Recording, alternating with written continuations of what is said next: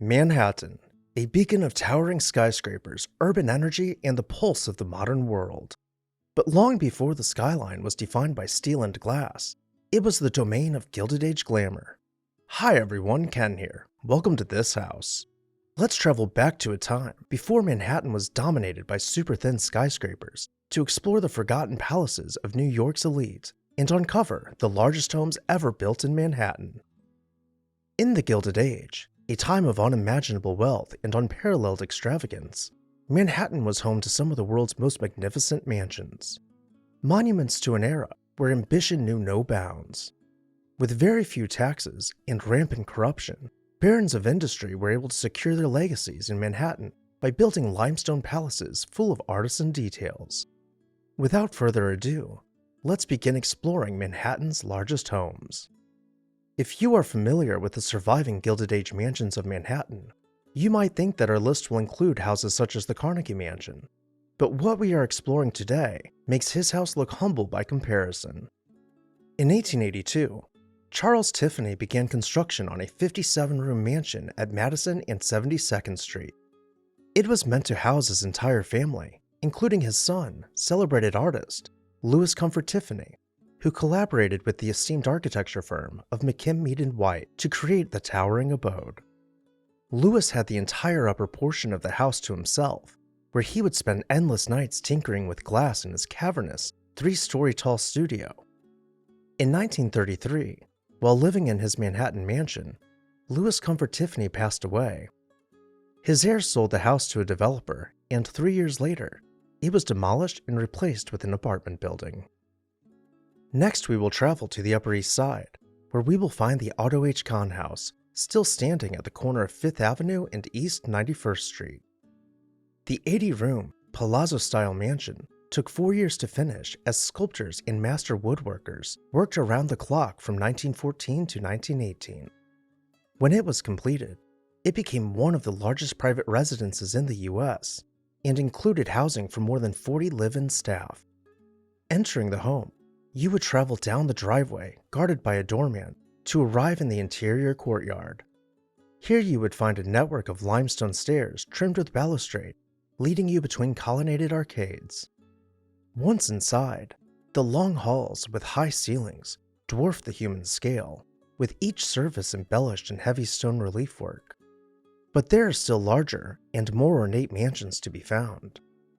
Traveling further down 5th Avenue, we will arrive at the former site of Mrs. Astor's double mansion. After demolishing her brownstone to replace it with the Astoria Hotel, she moved to Millionaire's Row, where, in 1894, she constructed a mansion for both herself and her son, John Jacob Astor IV. She hired architect Richard Morris Hunt to design a duplex the likes of which New York City had never seen before. The chateau-esque style double mansion featured a limestone facade with a steeply pitched roofline. The interiors were finished out with gilded wall panels and elaborate ceiling murals. But most impressive of all was her famous ballroom, where she would host events for the 400, who were considered to be the only 400 people in high society suitable for a ballroom. While she had placed a limit on the number of people who would be allowed in her ballroom, in reality, it could have comfortably hosted around 1,200 guests in the one room alone. After slipping down the marble stairs in her grand foyer, her health began to decline. Upon her passing, the house went to her son, who married the two sides of the duplex into one mega mansion, enlarging the rooms and cladding them in marble. When the remodel was complete, Mr. Astor hosted a dinner with a recorded 6,508 guests in attendance. John Jacob ended up going down with the RMS Titanic, and the house passed through his family until his son, Vincent Astor, sold it. It was then demolished in 1926 and soon replaced by the Congregation Emmanuel of New York, which stands in its place to this day. Old money might have had a tight grip on New York's high society, but no amount of exclusivity could keep the nouveau riche from claiming their stake in Manhattan. On the Upper West Side's Riverside Drive, steel magnate Charles Schwab built a 75-room mansion from 1902 to 1906. The lavish interiors were ornamented to no end, with each surface containing elaborate artisan work. When he built the mansion, he had hoped to start a trend attracting wealthy people to the neighborhood.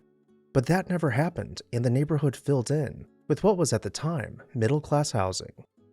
When the Great Depression hit, Schwab lost his fortune and attempted to sell the house, but no one would buy it. He simply abandoned his Upper West Side chateau and moved into a small apartment where he died with little more than a few dollars to his name. Upon his death, the house was left to the city to serve as the mayor's home. However, the mayor at the time found the home to be far too grand for a public servant and declined the donation.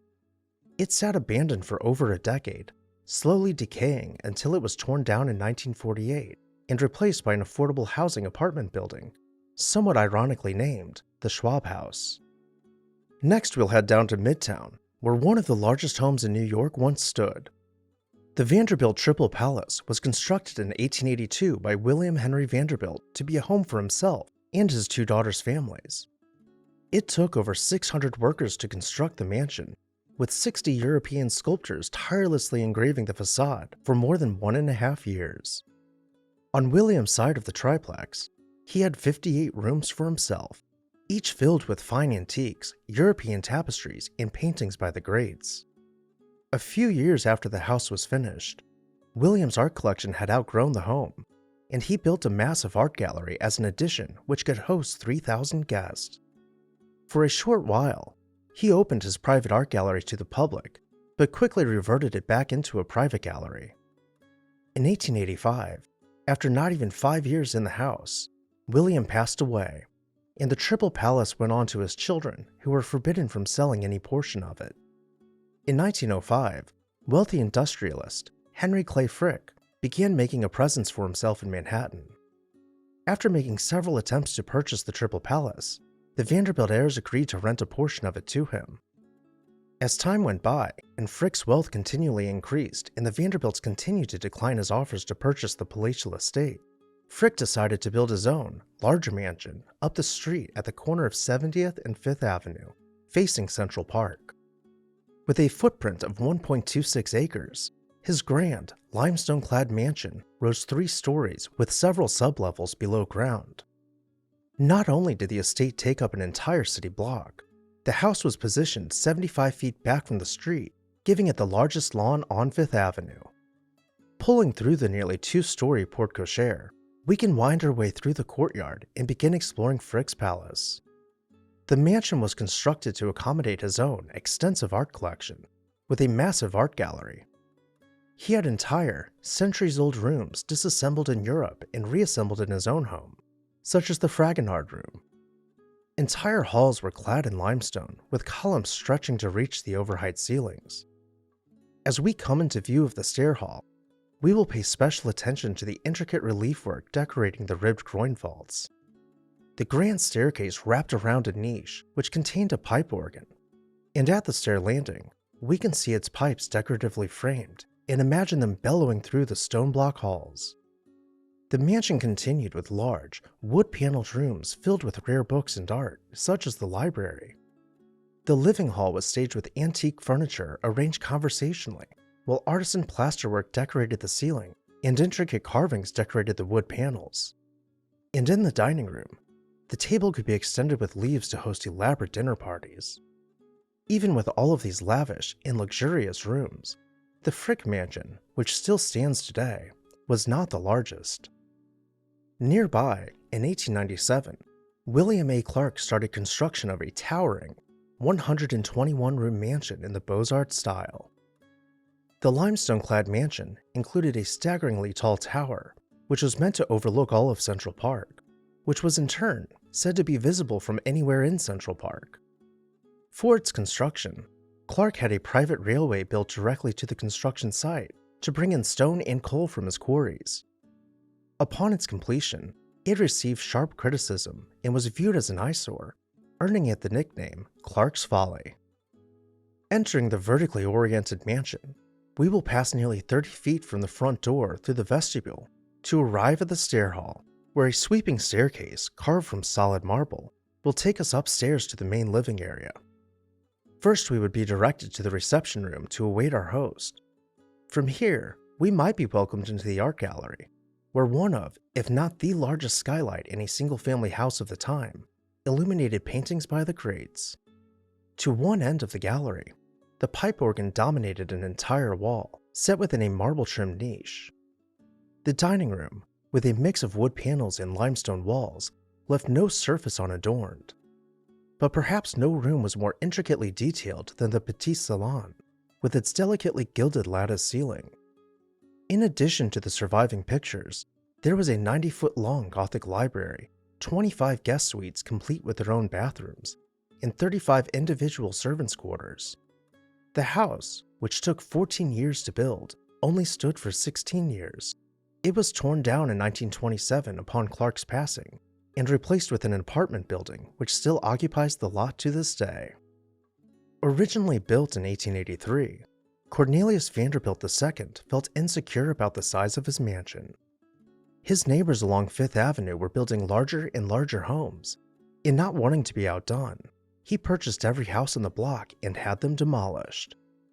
He then hired architect Richard Morris Hunt to expand his mansion so that it would fill the entire block.